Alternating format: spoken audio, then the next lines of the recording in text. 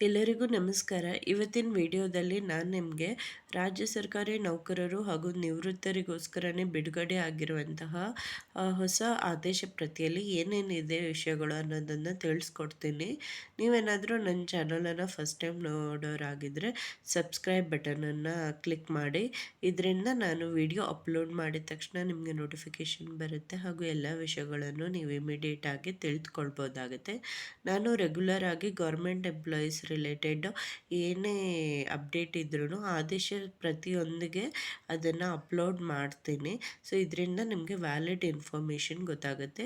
ಕೇಂದ್ರ ಸರ್ಕಾರಿ ನೌಕರರ ಬಗ್ಗೆ ನೀವೇನಾದರೂ ತಿಳ್ಕೊಳ್ಬೇಕಂತ ಇದ್ದರೆ ನನ್ನ ಚಾನಲ್ನಲ್ಲಿ ಗೌರ್ಮೆಂಟ್ ಎಂಪ್ಲಾಯೀಸ್ ನ್ಯೂಸ್ ಅನ್ನೋ ಪ್ಲೇಲಿಸ್ಟ್ಗೆ ಹೋಗಿ ಅಲ್ಲಿ ಕೇಂದ್ರ ಸರ್ಕಾರಿ ನೌಕರರ ಲೇಟೆಸ್ಟ್ ಅಪ್ಡೇಟ್ ಆಲ್ರೆಡಿ ಅಪ್ಲೋಡ್ ಆಗಿದೆ. ನೀವು ಇನ್ನೂ ಬೇರೆ ಬೇರೆ ವಿಷಯಗಳನ್ನು ಕೂಡ ಅಲ್ಲಿ ಅಪ್ಲೋಡ್ ಮಾಡಿದ್ದೀನಿ. ಎಲ್ಲ ವಿಷಯಗಳನ್ನು ಚೆಕ್ ಮಾಡಿ ತಿಳ್ಕೊಳ್ಬೋದಾಗಿದೆ. ಹಾಗೂ ಈ ವಿಡಿಯೋನ ಪೂರ್ತಿಯಾಗಿ ನೋಡಿ ಮತ್ತು ನಿಮ್ಮ ಕಲೀಗ್ಸ್ ಜೊತೆ ಯಾರ್ಯಾರು ಇದ್ದೀರೋ ಅವ್ರಿಗೂ ಕೂಡ ಈ ವಿಡಿಯೋವನ್ನು ಶೇರ್ ಮಾಡಿ. ಮೊದಲನೇದಾಗಿ ಈ ವಿಡಿಯೋದಲ್ಲಿ ತಿಳಿಸ್ಬೇಕಾಗಿರೋ ವಿಷಯ ಏನಂದರೆ, ರೀಸೆಂಟಾಗಿ ಸ್ವಇಚ್ಛೆ ನಿವೃತ್ತಿ ನಿಯಮ ಅಂದರೆ ವಾಲಂಟರಿ ರಿಟೈರ್ಮೆಂಟ್ ತಗೊಳ್ಳೋದಿದ್ದರೆ ಅದರ ಬಗೆಗಿನ ಆದೇಶ ಏನಿದೆ, ಅದರ ಬಗೆಗಿನ ನಿಯಮಗಳೇನಿದೆ, ಅದರಲ್ಲಿ ಕೆಲವು ಬದಲಾವಣೆಯನ್ನು ಮಾಡಿ ರಾಜ್ಯ ಸರ್ಕಾರ ಆದೇಶವನ್ನು ಹೊರಡಿಸಿದೆ. ಸೊ ಅದೇನೇನಂತ ತಿಳ್ಕೊಂಡ್ರೆ ನಿಮಗೂ ಹೆಲ್ಪ್ ಆಗುತ್ತೆ, ಅಥವಾ ನಿಮ್ಗೆ ಯಾರಾದರೂ ಪರಿಚಯ ಇದ್ದರೆ ವಾಲಂಟರಿ ರಿಟೈರ್ಮೆಂಟ್ ತೊಗೊಳ್ಬೇಕು ಅಂತ ಅಂದ್ಕೊಂಡಿರೋರು ಇದ್ದರೆ ಅವ್ರಿಗೆ ಕೂಡ ಈ ವಿಡಿಯೋನ ಶೇರ್ ಮಾಡಿ, ಅವ್ರಿಗೂ ಹೆಲ್ಪ್ ಆಗುತ್ತೆ. ಸೊ ಫಸ್ಟು ನಿಯಮ ಏನು ಹೇಳಿದೆ ಅಂದರೆ, ಕನಿಷ್ಠ 15 ವರ್ಷಗಳ ಅರ್ಹತಾದಾಯಕ ಸೇವೆ ಪೂರೈಸಿದ ನೌಕರನು ಸ್ವ ಇಚ್ಛೆ ನಿವೃತ್ತಿ ಹೊಂದಲು ಇಚ್ಛಿಸಿದಲ್ಲಿ 3 ತಿಂಗಳು ಮುಂಚಿತವಾಗಿ ನೇಮಕಾತಿ ಅಧಿಕಾರಿಗೆ ಅನುಮತಿ ಕೋರಿ ಮನವಿ ಸಲ್ಲಿಸಬೇಕು. ಏನು ಹೇಳಿದ್ದಾರೆ ಅಂದರೆ, ಮಿನಿಮಮ್ 15 ಇಯರ್ಸ್ ನೀವು ಡ್ಯೂಟಿ ಮಾಡಿದರೆ ಮಾತ್ರ ಗೌರ್ಮೆಂಟ್ ಎಂಪ್ಲಾಯಿಯಾಗಿ, ಆವಾಗ ಮಾತ್ರ ನಿಮಗೆ ವಾಲಂಟರಿ ರಿಟೈರ್ಮೆಂಟ್ ತೊಗೊಳಕ್ಕಾಗೋದು. ಹಾಗೂ ನೀವು ವಾಲಂಟರಿ ರಿಟೈರ್ಮೆಂಟ್ ತೊಗೊಳ್ಬೇಕು ಅಂತ ಅಂದ್ಕೊಂಡಿರೋಕ್ಕಿಂತ 3 ಮಂತ್ಸ್ ಮೊದಲೇ ನೀವು ಮನವಿ ಅಂದರೆ ರಿಕ್ವೆಸ್ಟ್ ಲೆಟರನ್ನು ಸಲ್ಲಿಸಬೇಕು ಅಂತ ತಿಳಿಸ್ಕೊಟ್ಟಿದ್ದಾರೆ. ನೇಮಕಾತಿ ಅಧಿಕಾರಿಯಿಂದ ನಿವೃತ್ತಿ ಅನುಮತಿ ನೀಡಿ ಆದೇಶ ಹೊರಡಿಸಿದ ದಿನಾಂಕದಿಂದ ನಿವೃತ್ತಿ ಜಾರಿಗೊಳಿಸಲಾಗುವುದು. ಆ 3 ತಿಂಗಳ ಮೊದಲು ಏನು ರಿಕ್ವೆಸ್ಟ್ ಕಳಿಸ್ತೀರಾ ಅದನ್ನು ಅವ್ರು ಅನಲೈಸ್ ಮಾಡಿ ಓಕೆ ರಿಟೈರ್ಮೆಂಟ್ ತೊಗೊಳ್ಬೋದು ಅಂತ ಅವ್ರ ಆದೇಶ ಹೊರಡಿಸಿದ ಮೇಲೇ ರಿಟೈರ್ಮೆಂಟ್ ಸ್ಟಾರ್ಟ್ ಆಗುತ್ತೆ. ನಿವೃತ್ತಿಗೆ ಅನುಮತಿ ಆದೇಶ ಹೊರಡಿಸುವ ಮುಂಚಿತವಾಗಿ ನೌಕರನು ಸಮರ್ಥವಾದ ಕಾರಣ ನೀಡಿ ಮನವಿಯನ್ನು ಹಿಂಪಡೆಯಬಹುದು.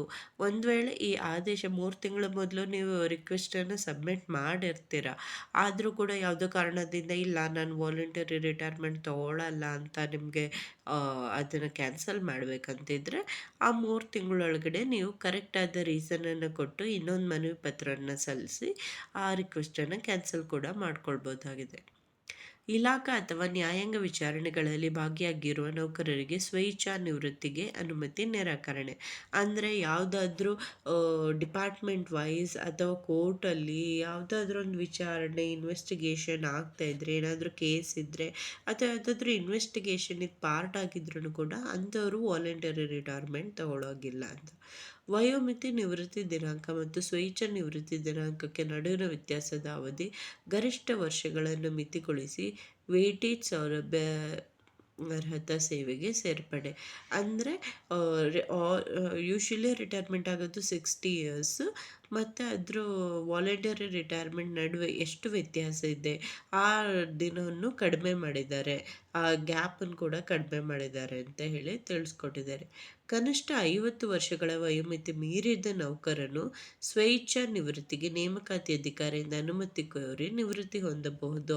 ಸೊ ಇದನ್ನೇನು ಹೇಳಿದ್ದಾರೆ ಅಂದರೆ, 50 ವರ್ಷಗಳು ಏಜ್ ಆಗಿರಬೇಕು. 60 ವರ್ಷಕ್ಕೆ ಆಲ್ರೆಡಿ ರಿಟೈರ್ಮೆಂಟ್ ಆಗುತ್ತಲ್ವಾ. ಸೊ ಇದು ತುಂಬ ಇಂಪಾರ್ಟೆಂಟ್ ವಿಷಯ. ನೀವು 50 ವರ್ಷದವ್ರು ಆಗಿರಬೇಕಾಗುತ್ತೆ ಮಿನಿಮಮ್, ನೀವು ವಾಲಂಟರಿ ರಿಟೈರ್ಮೆಂಟ್ ತೊಗೊಳ್ಬೇಕಂದ್ರೆ ಅದನ್ನು ಗಮನದಲ್ಲಿಟ್ಕೊಬೇಕು. 60 ವರ್ಷಕ್ಕೆ ನಾರ್ಮಲ್ ರಿಟೈರ್ಮೆಂಟ್ ಆಗುತ್ತೆ. ವಾಲಂಟರಿ ರಿಟೈರ್ಮೆಂಟ್ ನೀವು ತೊಗೊಬೇಕಂದ್ರೆ ನಿಮಗೆ ಮಿನಿಮಮ್ 50 ಇಯರ್ಸ್ ಆಗಿರಬೇಕು ಅಂತ ಕೊಟ್ಟಿದ್ದಾರೆ.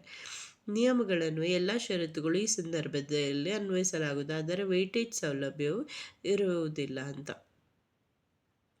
ಇದನ್ನು ಮೇಲ್ಗಡೆ ಏನೇನು ಮೆನ್ಷನ್ ಮಾಡಿದ್ದಾರೋ ಅವೆಲ್ಲದು ಕೂಡ ಅಪ್ಲೈ ಆಗುತ್ತೆ ಅಂತ ತಿಳಿಸ್ಕೊಟ್ಟಿದ್ದಾರೆ. ಕಡ್ಡಾಯ ನಿವೃತ್ತಿ 20 ವರ್ಷಗಳ ಅರ್ಹತಾ ಸೇವೆ ಅಥವಾ 50 ವರ್ಷ ವಯೋಮಿತಿ ತಲುಪಿದ ಸರ್ಕಾರಿ ನೌಕರನನ್ನು ಸೇವೆಯಿಂದ ಕಡ್ಡಾಯವಾಗಿ ನಿವೃತ್ತಿಗೊಳಿಸಬಹುದು. ಅಂದರೆ ಏನು ಹೇಳ್ತಿದ್ದಾರೆ ಅಂದರೆ ಮಿನಿಮಮ್ 20 ಇಯರ್ಸ್ ವರ್ಕ್ ಮಾಡಿರಬೇಕು ಅಥವಾ ಅವ್ರಿಗೆ 50 ಇಯರ್ಸ್ ಆಗಿರಬೇಕು. ಅಂಥವ್ರಿಗೆ ವಾಲಂಟರಿ ರಿಟೈರ್ಮೆಂಟನ್ನು ಕೊಡ್ಬೋದು ಅಂತ ತಿಳಿಸ್ಕೊಟ್ಟಿದ್ದಾರೆ. ಕಡ್ಡಾಯ ನಿವೃತ್ತಿಗೆ 3 ತಿಂಗಳು ಪೂರ್ವಭಾವಿಗೆ ಸರ್ಕಾರದಿಂದಲೇ ನೋಟಿಸ್ ನೀಡಿಕೆ. ಆ, ಅದೇ ಹೇಳ್ದಾಗೆ 3 ಮಂತ್ಸ್ ಮೊದಲೇ ಮನವಿ ಸಲ್ಲಿಸಬೇಕು. ನೋಟಿಸ್ ನೀಡಿಕೆ 3 ತಿಂಗಳ ಅವಧಿಗೆ ಕಡಿಮೆಯಾದ ಅವಧಿಗೆ ವೇತನ ಮತ್ತು ಭತ್ಯೆಯನ್ನು ನೀಡಬೇಕು. ಅಂದರೆ ಆ 3 ಮಂತ್ ನೋಟಿಸ್ ಪೀರಿಯಡ್ ಏನಿರುತ್ತೆ, 3 ಮಂತ್ಸ್ ನೋಟಿಸ್ ಪೀರಿಯಡಲ್ಲಿ ಅವ್ರಿಗೆ ಸಿಗಬೇಕಾದಂಥ ಸ್ಯಾಲ್ರಿ ಮತ್ತು ಭತ್ಯೆ ಅದೆಲ್ಲ ಸಿಕ್ಕೇ ಸಿಗುತ್ತೆ. ಕಡ್ಡಾಯ ನಿವೃತ್ತಿ ಮುಂಚಿತವಾಗಿ ಯಾವುದೇ ವಿಚಾರಣೆ ಅಗತ್ಯವಿರುವುದಿಲ್ಲ.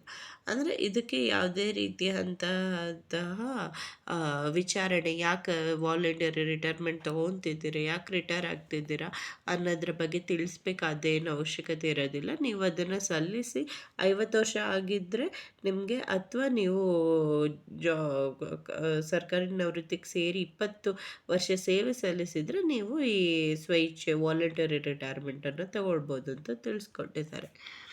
ಇನ್ನೊಂದು ಏನು ಹೇಳಿದ್ದಾರೆ ಅಂದರೆ ಕನಿಷ್ಠ 15 ವರ್ಷಗಳ ಅರ್ಹತಾದಾಯಕ ಸೇವೆ ಪೂರೈಸಿದ ನೌಕರರು ಸ್ವಇಚ್ಛೆ ನಿವೃತ್ತಿ ಹೊಂದಲು ಇಚ್ಛಿಸಿದಲ್ಲಿ 3 ತಿಂಗಳು ಮುಂಚಿತವಾಗಿ ಕೊಡಬೇಕು ಅಂತ. ಅದೇನು ಹೇಳಿದಾರೋ ಅದೇ ಇನ್ನೊಂದು ಪೇಜ್ ಪ್ರಿಂಟ್ ಆಗಿದೆ ಆದೇಶ ಪ್ರತಿಯಲ್ಲಿ. ಸೊ ಸೇಮ್ ಅದನ್ನೇ ತಿಳಿಸ್ಕೊಟ್ಟಿದ್ದಾರೆ ಇವಾಗ ನಾನು ಹೇಳಿದ್ದು. ಇನ್ನು ಚೆಕ್ ಲಿಸ್ಟ್ ಇಲ್ಲಿ ಹೇಳಿದ್ದಾರೆ. ನೆಕ್ಸ್ಟು ಚೆಕ್ ಲಿಸ್ಟ್ ಏನಂದರೆ ಸ್ವಇಚ್ಛಾ ನಿವೃತ್ತಿ ಪಡೆಯುವ ಶಿಕ್ಷಕರ ಮನವಿ ಪತ್ರ ಮತ್ತು ಸಂಬಂಧಿತ ಕ್ಷೇತ್ರ ಶಿಕ್ಷಣಾಧಿಕಾರಿಗಳ ಶಿಫಾರಸು ಪತ್ರ. ಅಂದರೆ ಅವರದ್ದು ಏನೇನು ಇವಾಗ ನೀವು ಸಲ್ಲಿಸ್ಬೇಕಂತ ಹೇಳಿದ್ವಲ್ಲ 3 ತಿಂಗಳ ಮೊದಲು, ಆವಾಗ ಏನೇನು ಕೊಡಬೇಕು ಅಂತ ಹೇಳಿ. ಫಸ್ಟ್ ಅವರ ರಿಕ್ವೆಸ್ಟ್ ಲೆಟರ್ ಮತ್ತು ಅವರದ್ದು ಹೆಡ್ ಆಫ್ ದ ಡಿಪಾರ್ಟ್ಮೆಂಟ್ ಇದ್ದರೆ ಅವರಿಂದ ಒಂದು ರೆಕಮೆಂಡೇಶನ್ ಲೆಟರ್, ಇವರಿಗೆ ಅನುಮತಿ ಕೊಡ್ತೀವಿ ಅಂತ ಹೇಳಿ. ಆಮೇಲೆ 20 ರೂಪಾಯಿ ಚಾಪಾ ಕಾಗದದ ಮೇಲೆ ಸ್ವಇಚ್ಛೆ ಪಡೆಯುವ ನಿವೃತ್ತಿ ಶಿಕ್ಷಕರು ತಾವು ಸ್ವಇಚ್ಛೆ ನಿವೃತ್ತಿ ಹೊಂದಲು ಕುಟುಂಬದ ಎಲ್ಲ ಸದಸ್ಯರ ಒಪ್ಪಿಗೆ ಇರುವ ಹಾಗೆ ಬರೆಸಿಕೊಂಡು ಸಲ್ಲಿಸುವುದು. ಅಂದರೆ ರಿಟೈರ್ಮೆಂಟ್ ತಗೊಳ್ಳೋಕ್ಕೆ ನನ್ನ ಫ್ಯಾಮಿಲಿಯವರೆಲ್ಲರೂ ಒಪ್ಪಿದ್ದಾರೆ ಅಂತ ಹೇಳಿ ಬರೆಸ್ಕೊಂಡು ಅವರ ಸೈನ್ ಕೂಡ ಹಾಕ್ಸ್ಬೇಕಾಗತ್ತೆ. ಇದನ್ನು ಕೂಡ ಇನ್ನೊಂದು ಇಂಪಾರ್ಟೆಂಟ್ ಪಾಯಿಂಟು. ಯಾಕಂದರೆ ಮತ್ತು ಮನೆಯವ್ರು ಯಾರಾದರೂ ಬಂದು ಅವರು ಯಾವುದೇ ಯೋಚನೆಯಲ್ಲಿ ರಿಟೈರ್ಮೆಂಟ್ ತೊಗೊಂಡ್ರು, ಅವರಿಗೆ ಮತ್ತೆ ಜಾಬ್ ಕೊಡಿ ಅಂತ ಹೇಳಿ ಕೇಳಬಾರ್ದಲ್ಲ. ಅದಕ್ಕೋಸ್ಕರ ಮನೆಯವರ ಒಪ್ಪಿಗೆಯೂ ತುಂಬ ಇಂಪಾರ್ಟೆಂಟ್ ಆಗುತ್ತೆ. ಸ್ವಇಚ್ಛಾ ನಿವೃತ್ತಿ ಪಡೆಯುವ ಶಿಕ್ಷಕರ ಮೇಲೆ ಯಾವುದೇ ಹಣಕಾಸಿನ ದುರುಪಯೋಗದ ಆರೋಪ ಇಲ್ಲದಿರುವ ಸಂಬಂಧಿಸಿದ ಕ್ಷೇತ್ರ ಶಿಕ್ಷಣಾಧಿಕಾರಿಗಳ ದೃಢೀಕರಣ ಪತ್ರ. ಅಂದರೆ ಇವಾಗಲೇ ತಿಳಿಸ್ದಂಗೆ ಏನೋ ಅವ್ರ ಮೇಲೆ ಯಾವುದೇ ಕೇಸ್ ಅಥವಾ ವಿಚಾರಣೆ ಆಗ್ತಾ ಇಲ್ಲ ಅನ್ನುವಂಥದ್ದು ಒಂದು ಪತ್ರನ ಕೂಡ ಸಲ್ಲಿಸಬೇಕಾಗುತ್ತೆ ವಾಲಂಟರಿ ರಿಟೈರ್ಮೆಂಟ್ಗೆ ಸಬ್ಮಿಟ್ ಮಾಡಬೇಕಾದ್ರೆ. ಸ್ವಇಚ್ಛೆ ನಿವೃತ್ತಿ ಪಡೆಯುವ ಶಿಕ್ಷಕರ ಮೇಲೆ ಯಾವುದೇ ಕ್ರಿಮಿನಲ್ ಪ್ರಕರಣ ಇಲ್ಲ. ನಾನು ಆಲ್ರೆಡಿ ಹೇಳಿದಾಗೆ ಯಾವುದೇ ಕೋರ್ಟ್ ಕೇಸ್ ಕೂಡ ಇಲ್ಲದೆ ಇರೋದು ಕೂಡ ಇಂಪಾರ್ಟೆಂಟ್ ಆಗುತ್ತೆ. ಸೊ ಈ ವಿಷಯ ಹೆಲ್ಪ್ಫುಲ್ ಆಗಿದೆ ಅಂತ ಭಾವಿಸ್ತೀನಿ. ವಿಡಿಯೋ ನೋಡಿದ್ದಕ್ಕಾಗಿ ಧನ್ಯವಾದಗಳು.